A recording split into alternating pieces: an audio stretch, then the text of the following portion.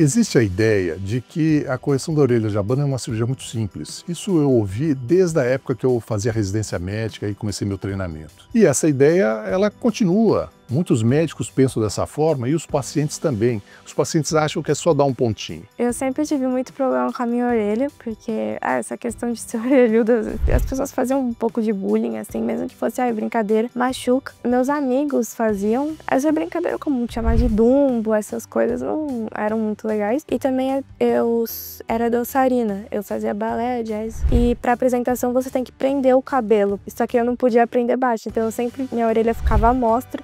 Isso era uma coisa que me incomodava muito, que eu não conseguia usar rabo de cavalo como outras meninas, por exemplo. Em 2022 eu fiz a minha primeira cirurgia, só que deu errado, porque não foi com o médico que era especializado nisso. Então eu fiquei com uma infecção, porque ele deixou pontos na minha orelha. Alguns pontos, meu corpo expeliu.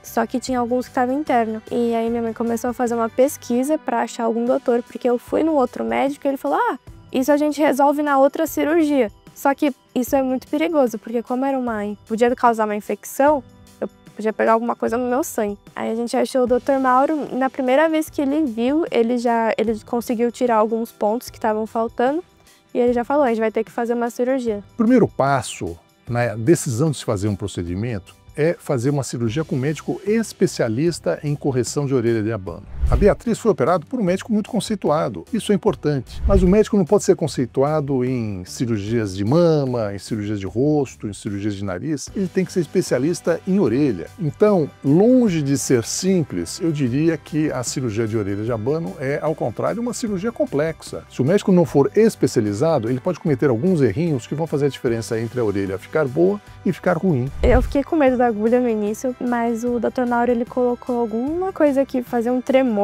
que eu acabei nem sentindo a agulha. No terceiro dia eu já tava andando, já tava com a vida normal.